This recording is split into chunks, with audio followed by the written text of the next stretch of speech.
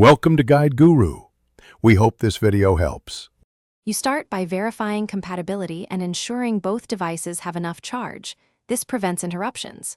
Once done, unlock the iPad, open Settings, and tap Bluetooth to show available devices. Put the smart keyboard into pairing mode, usually a switch or hold power, so the iPad can detect it. Make sure other Bluetooth devices are off to avoid interference, then tap the keyboard name when it appears. You're now ready to confirm any PIN prompt, because pairing secures the connection and lets you type immediately. Once paired, you should configure the layout and hardware options so typing feels natural. Open Settings, go to General then Keyboard, and choose the correct language and layout.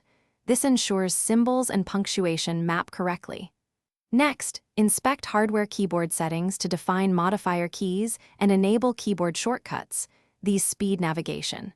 If your smart keyboard has backlight or a trackpad, test them now. Adjusting sensitivity or brightness makes a big difference in comfort and productivity as you continue using the device. You're ready to use the smart keyboard for real tasks. Type, switch apps with shortcuts, and try split or docked views to maximize workflow. If the connection drops, first toggle Bluetooth off and on, then restart the keyboard and iPad. This often fixes transient issues.